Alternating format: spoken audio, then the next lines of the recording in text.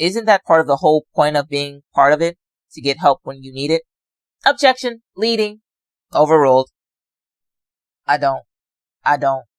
Say that one more time. Well, for the reasons, and you talked about your reasons as a youngster joining the gang, but the fact that you can get aid and assistance when you need it, was that part of why it's helpful to people to be a gangster disciple? I mean, it all depends on the individual's way of thinking. Some people think like that. I would say, I didn't really think like that. I just liked at that time, as far as me, I liked the lifestyle. I liked the glamour part of it. Being able to get things that I didn't have to work for and things like that. But, a lot of people, they get into it for that. Let me ask you, actually, just one more, and that's incidents here. What does the incidents rule mean? All incidents, minor or major, that concerns the health and well-being of any member of the community must be reported to your superior. Now, what kind of things are included in that term, incidents? Any disputes, anything that goes that's not in the organization that could bring attention to the organization. If you had any type of incident that, major or minor, you have to report those incidents to. I guess to keep the organization on top of what's going on. Would trouble with the police count as an incident? Of course. Would trouble with rival gangs count as an incident? Yes. If a member were involved in some violence, would that count as an incident? Objection. Leading. Try not to lead your witness, Mr. Mulrow. You can just answer a yes or no to that. Yes. Was violence an incident? Yes. Objection. Move to strike. Leading. Overruled. Now, Mr. McCain, we've talked about the handful of these rules, and we see some others on the exhibit. What happens to members who don't follow the rules? Objection, Your Honor. Relevance. Overruled. It could be, possibly, disciplinary action. Not following the rules. It could be physical. It could be fines. It could be exercise. It all depends on how serious the person that's leading those group of guys. It all depends on how serious he look at it. And these disciplinary punishments, did the gang have a special term for those? You have pumpkin heads, and what about in general for all types of punishments? A violation. That's what we would call it. Turning to another page of Government 804, Mr. McCain, and this page is titled GD Codes. When we see 407 violation in progress, does that sound like the punishment type of violation that you were just discussing? Yep. What is the phrase next to 406 here that I'm pointing to? Death violation. Now, was it the case, in your experience, that death could be a punishment in any case? Objection, Your Honor. Relevance. Overruled. Well, death violation is part of a physical violation. It could be part of a physical violation. Like I said, it all depends on the guy that's in charge, on how serious he look at the violation that was being broken. That was being done. Now, Mr. McCain, we were talking about drugs a few moments ago, and you said, I think, that you had 65 or 70 guys generally working under you. Can you give us a sense of what amounts of drugs, whether you can estimate how many in a week or how many in a month, but how much cocaine and how much crack cocaine was being sold by Gangster Disciples back then? You have individuals that some people might be able to sell 1 ounce of drugs.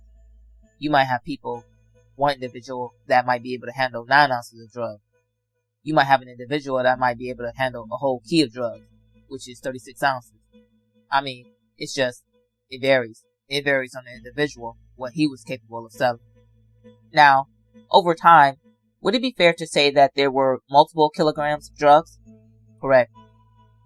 And did you personally see and handle any of the actual money that resulted from these drug sales? Yes, I did. And did you personally participate in sending that money on to other places? Yes, I did. Mr. McCain, you've got a white binder up there on the witness stand with you.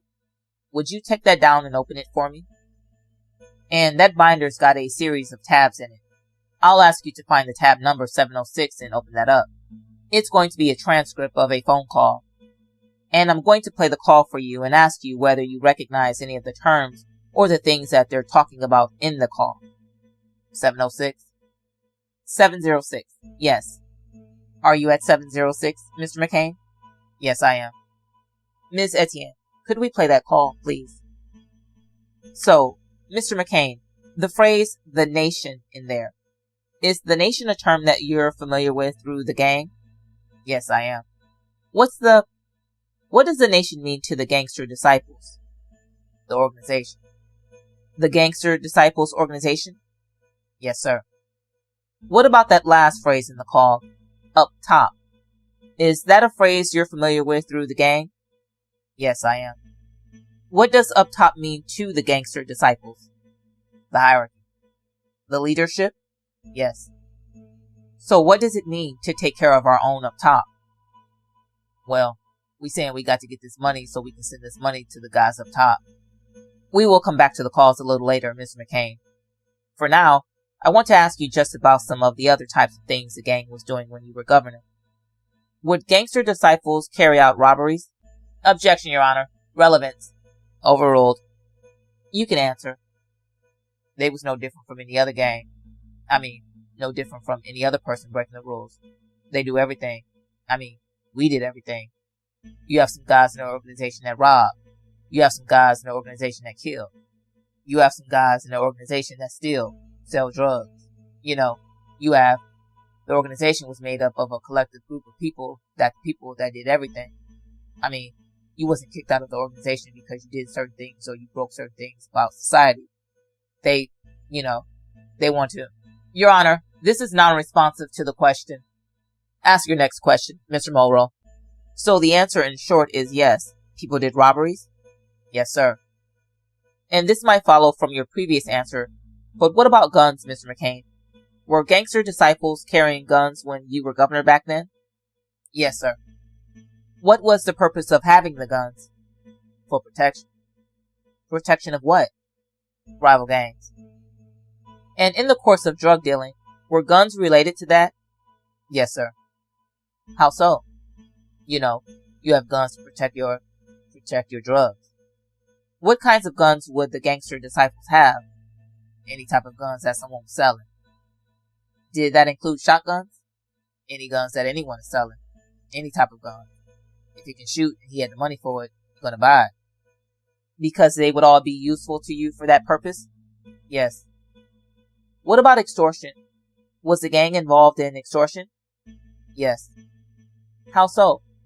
Tell us more about that.